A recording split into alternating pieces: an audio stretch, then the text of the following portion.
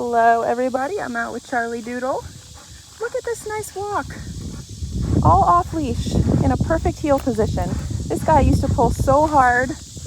We boarded him a bunch of times before his training and I would just dread bringing him to and from the house because he just pulled me the entire way. He has a wonderful family at home that's really looking forward to being able to walk him without being pulled like sleds. So when we're walking in heel, what we want to look for is his head to my left and slightly behind. So imagine a circle here next to your left knee that his head shouldn't leave. Like right there, I tapped my tone. If his head leaves that circle, kind of like a strike zone in baseball, so it can go too far forward, it can go too far to the side, too far to the back, or he can veer behind my legs. That's when the e-collar chimes in, right? You want him to hold himself accountable for staying there, but at the beginning, you need to make sure you're correcting him for leaving that spot. And then when he is there, you can praise him. Good boy, give him a little pat on the head. The combination of those two, it's gonna help him remember to stay in that perfect heel spot. Tap my tone there. Watch this, I'll get him back. There we go. So all I did right there when he lost it, click again, good, is I tapped my tone twice, right? And if he starts to ignore that tone, I go to my stem, right? So we have to remember he's brand new at this. Good boy, it takes practice. So we'll give him all the reminders he needs, but he needs to stay in that perfect spot next to my left leg. Now, of course, I'm doing this off leash just to show you it's all reliable on e-collar. But of course, at home in your neighborhood, you can add a leash. Shouldn't make any difference because there's going to be no tension on the leash because you're not using it to restrain, just to train.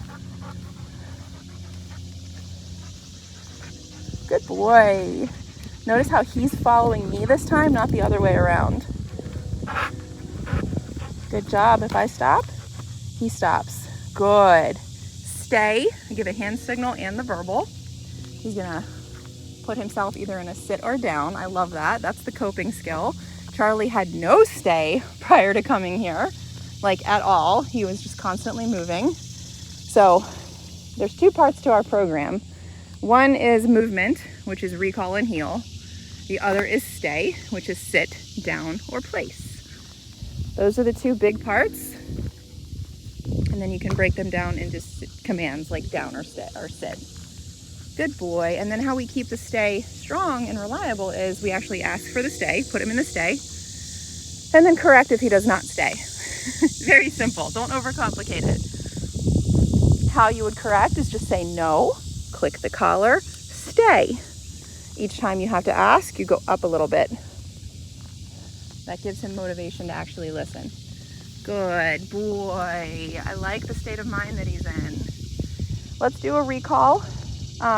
This is getting your dog from anywhere they might be over to you. We use the tone right here. It beeps by his ear. It works up to a quarter of a mile away.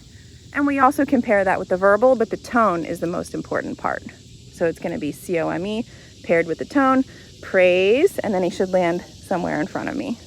Come. Good boy. Good job, buddy. Stay. Right to me, right to another stay.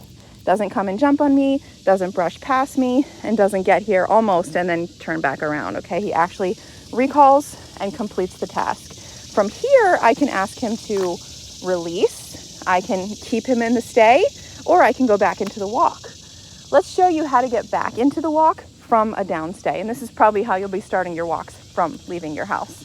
So if you need the leash, have the leash in your left hand. You're going to say heel and tap the tone a couple times and then start walking. Heel, tap the tone a couple times, and then immediately look down, there he is, and address position. You want to address that position within the first couple seconds of the walk because that's where you're going to be setting the tone for the entire walk. Another thing we've been working real hard at is thresholds. Okay, so notice he's in a stay.